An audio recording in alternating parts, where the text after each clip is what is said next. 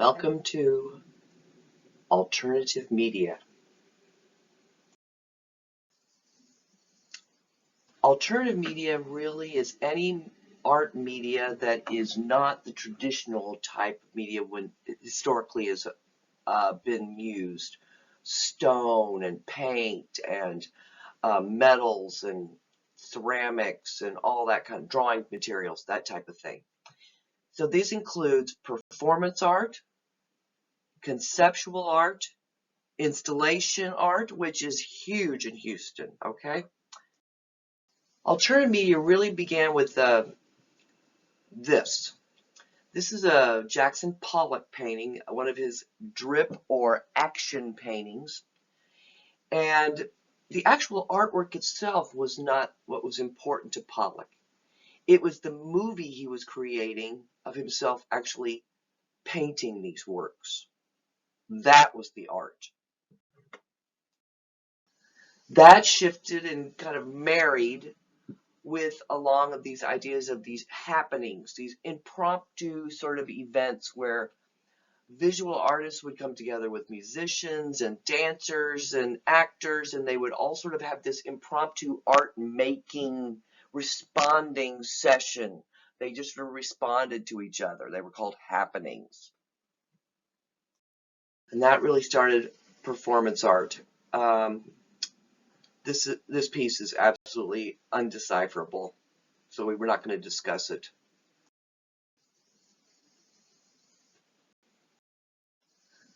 This piece we are going to discuss briefly. This was a series of The Blue Women created by Yves Klein. He actually used the women as brushes. He had them drag each other across the floor to create paintings. He had them rub themselves up against the canvas, this type of thing. All led by the, quote, creative flow of his genius, close quote. It wasn't like he was telling them what to do. I don't think of this particular performance as empowering women at all. It's a short performance, one of them that is listed here in this YouTube. This was a piece that is a TV bra for living sculpture. Pac wanted to create an intersection between, sort of think of it as making technology more user-friendly, more human, responding to the human. But when you look at this bra that he's concocted for this cellist here, his friend of his, the bra doesn't look particularly comfortable. I don't know how many cube-like breasts one has seen ever in their lives. And those monitors are really working with real hot wires and tubes and things. And I can't think of anyone that could possibly wear this comfortably. So I think this was sort of an epic fail.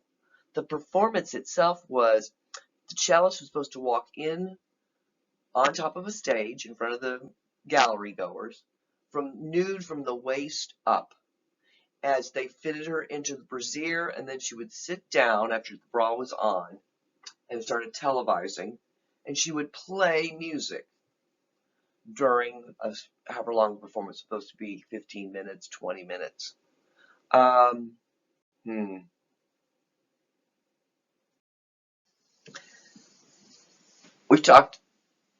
We will talk more about Vanessa Beecroft in a different lecture. Oh, and of course, we can't possibly forget this lovely face. The grandmother of performance art, Marina Abramovich. Okay, here we go. Conceptual art. This is where your mind is going to be exploding, I think.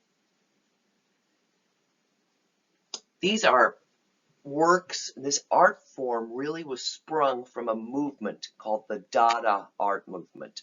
Dada, D-A-D-A. And Dada literally means da-da-da-da-da, means nothing, nonsense. In response to the devastation of World War I, And the devastation was really created, they thought, by technology, machine guns, tanks, mustard gas, all that kind of thing. So the Dada artists considered making anything as not a good thing. So if you're a visual artist and you're a Dada artist, how do you make anything if it's evil to do so? Hence this conceptual art. Duchamp was that's Marcel Duchamp was the leader of this group. They were actors and poets and visual artists, all different filmmakers.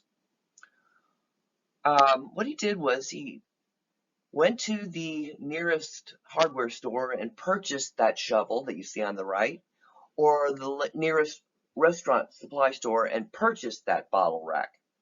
And since he conceived of them, thought of them as art, the idea was the art. And he didn't make anything because they already existed outside in use in the world. Okay? That was important. If you don't want to make anything, you better buy something.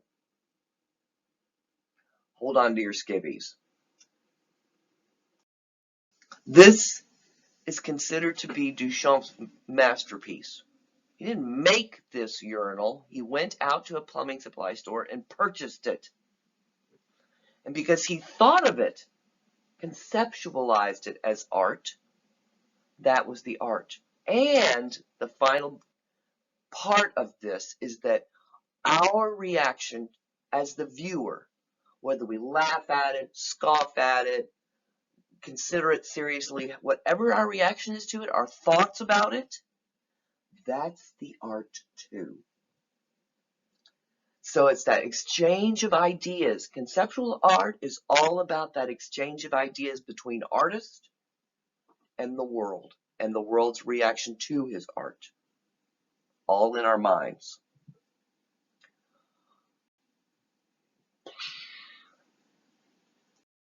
That's enough about conceptual art. We'll go to installation. Installation art is really more than sculpture. You actually kind of have to enter a whole space.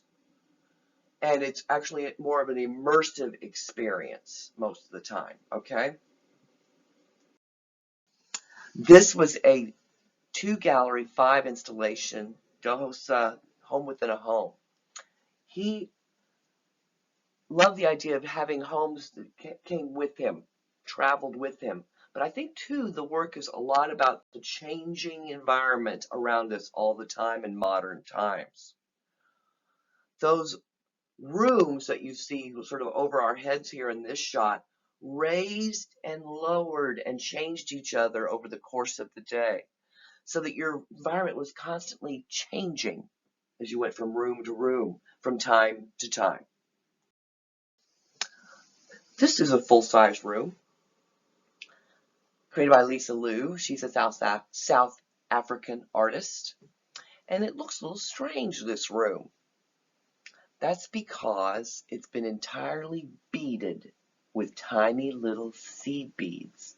Sort of like she's taken this everyday kitchen and bejeweled it all. Everything's covered in tiny little beads like you make jewelry or beaded things with. The stove, the food items, the cabinets, the floor, the furniture, everything is beaded. This is an up close of the sink. You'll notice everything sparkles with those tiny little beads. It takes her years to do one piece, of course. I imagine it's quite astounding to see it sparkling in real life. Now, we're not discussing this work. And this is a typical sort of installation that you see in Houston. This was at Rice University fairly recently anyway, for me. You actually are meant to go under this sort of cloud-like organic form suspended with those wires and things. He's trying to capture the essence of volume, that idea of that capturing air enclosing air, but lighter than air in a way, okay?